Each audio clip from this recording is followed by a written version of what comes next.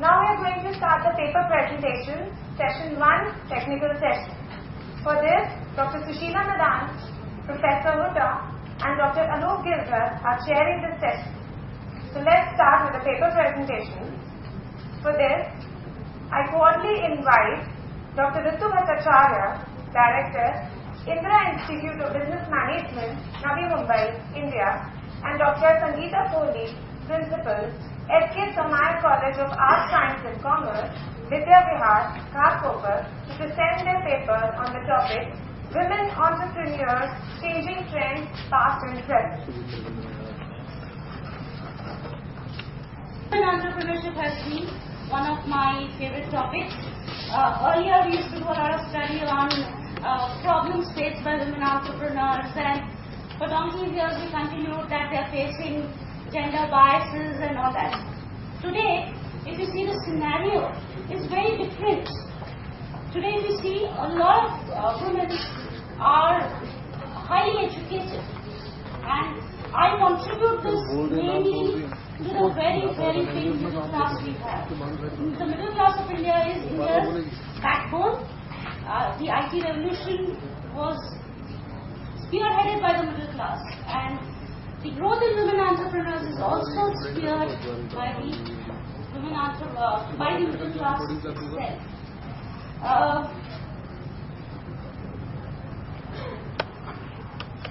To begin with, why do women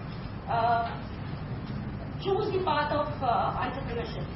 Now, this study that I have done, the topic of the study is Women Entrepreneurs, Changing Trends, Past and Present.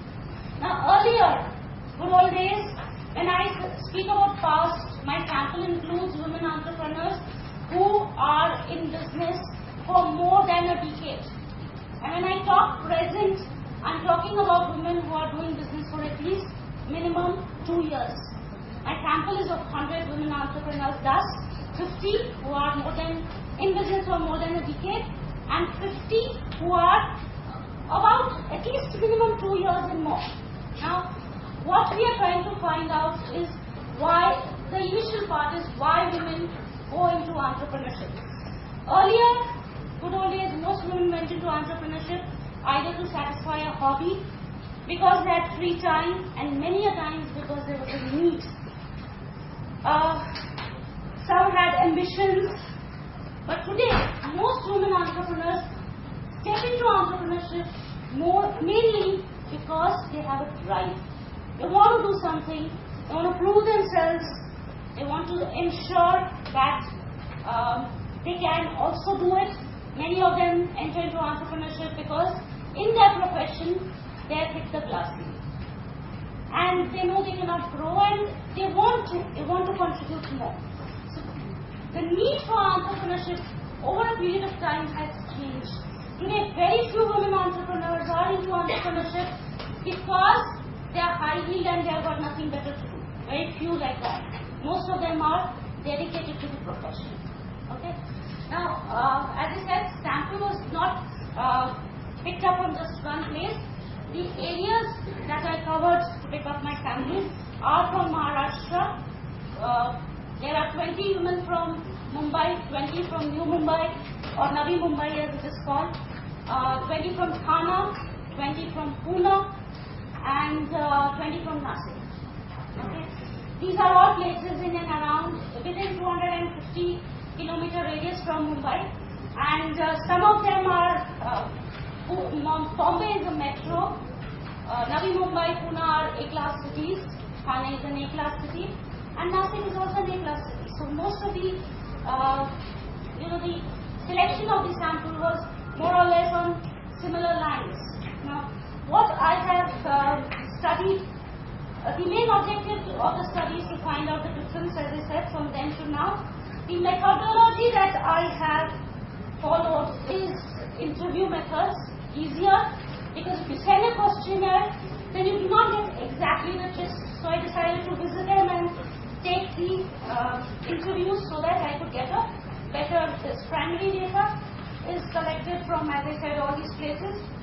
Certain things that I had put a criterion before picking up my sample was that, one, the business must be owned by point in the husband having the business and the lady working for it and calling herself an entrepreneur. So first was that. Second was, of course, as I said, if I am talking about old, it should be more than 10 years. New, at least minimum 2 years. And third was they should be doing legitimate business. Lots of them were, there are a lot of women entrepreneurs, not very much into legitimacy of business. Now, there are few factors that I studied for this paper. First is education and its effect. Now, when you take these two different samples, one is the new and old. I'll call them for sake of convenience new and old. Okay? Now, in case of new entrepreneurs, women entrepreneurs, almost more than 40% of the sample had some professional degree or were postgraduates. On the other hand, the old ones, there was not a single women entrepreneur out of 50 who even had a postgraduation. So education has become very important in women entrepreneurs thus. So the next aspect immediately after education that I have studied is the age at which they started the business. Now it's very natural if they are going to be more educated, obviously the age at which they start their business is going to be higher.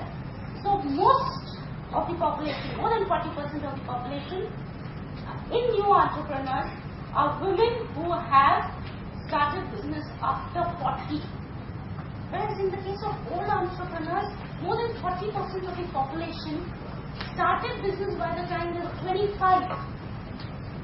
This shows that today's women entrepreneur is spending more time in probably getting confidence in the job and then starting the business. So next thing that I studied was how many years of experience did they have before they started their business.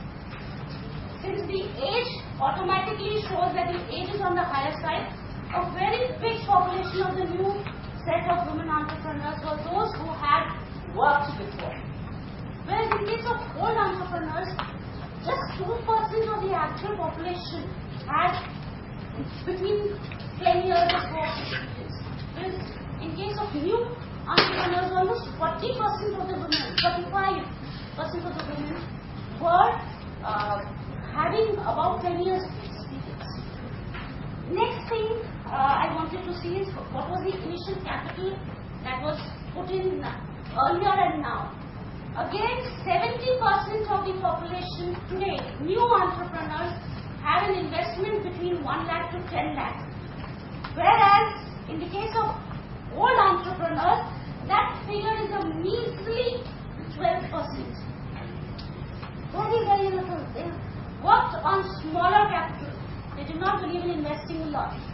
The next thing, why this capital has increased or gone down or gone up, I spoke about source of the investment in the business.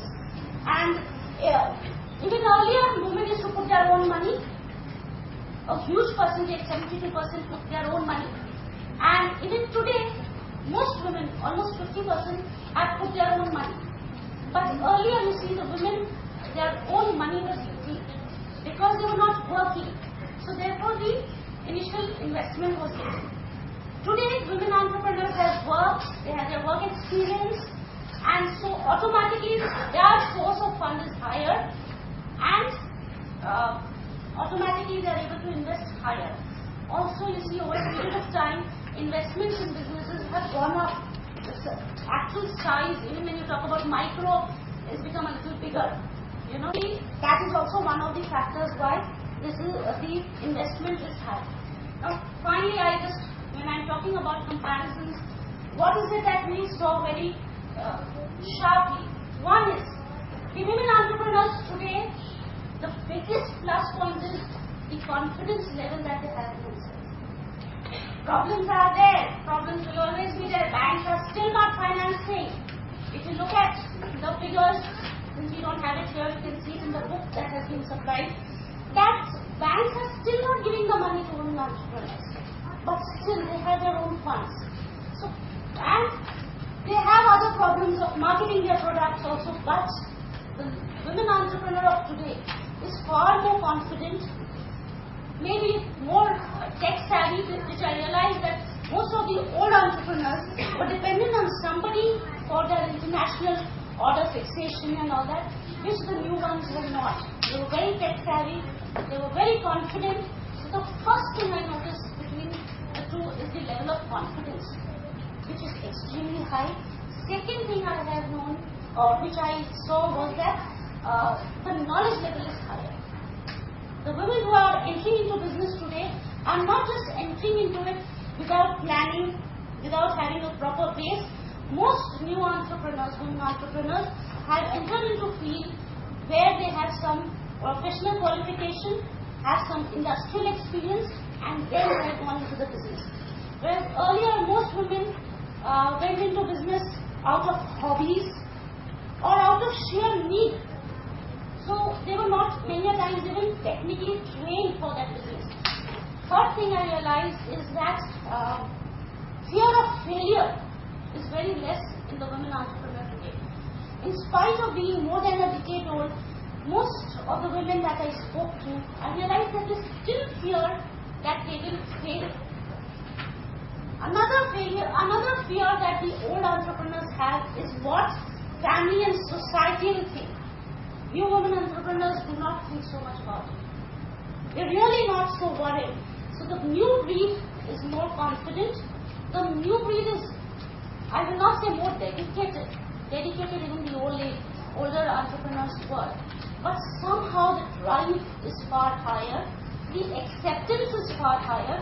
Because if you see capital invested, the older entrepreneurs, only 2% of those entrepreneurs got money from the family. Today, this sample that I have taken, the new entrepreneurs, almost 20% of the new entrepreneurs have financial help from family. So maybe, it is the family also rallying around, the way the society looks at women and their success. And on the whole, I feel